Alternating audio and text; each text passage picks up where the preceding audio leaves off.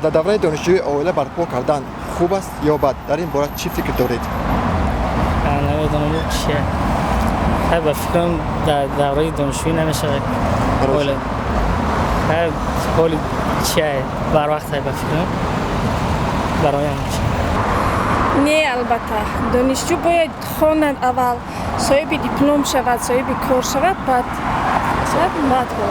аввал гуфтанд ки таҳсили илм баъд хонадор шудан. به خاطر آنکه وقتی که خانه‌دار میشوی و هم میخوانی از خواندن میمونی زندگی پیش نمیرود. بنابر همین اول گفتن که تحصیل علم بعد خانه‌دار شوی. به نظر من خوب نیست. بخونه دیپلم بگیره یا روی زندگی را بفهمه کنه بعد اوله برپا کنه بعد ناز میشه. دانشجویی که اوله برپا کرد میتونه پارت یا دانشگاه دیگه نخونه. فکرش دیگه در اویله می شود بعد این نمیتونه خونه. برای همین باید که بخونه دیپلمش را بگیره سالی کار شود بعد مرمت اویله برپا کنه زندگی را بره.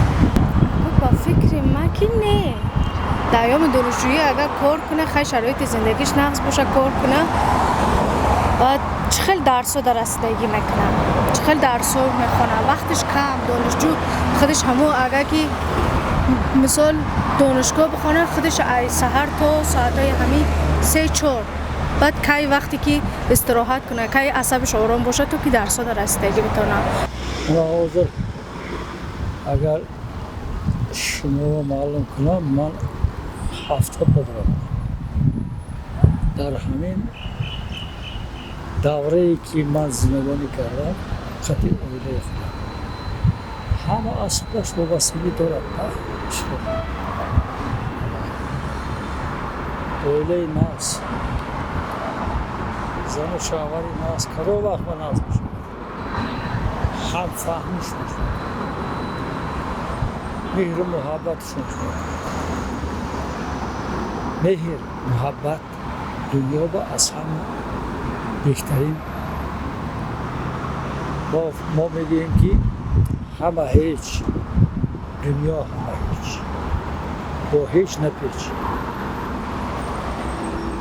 تو میدانی که زی آدمی چی میماند پس مهر هستی محبت هستی باقی همه هیچ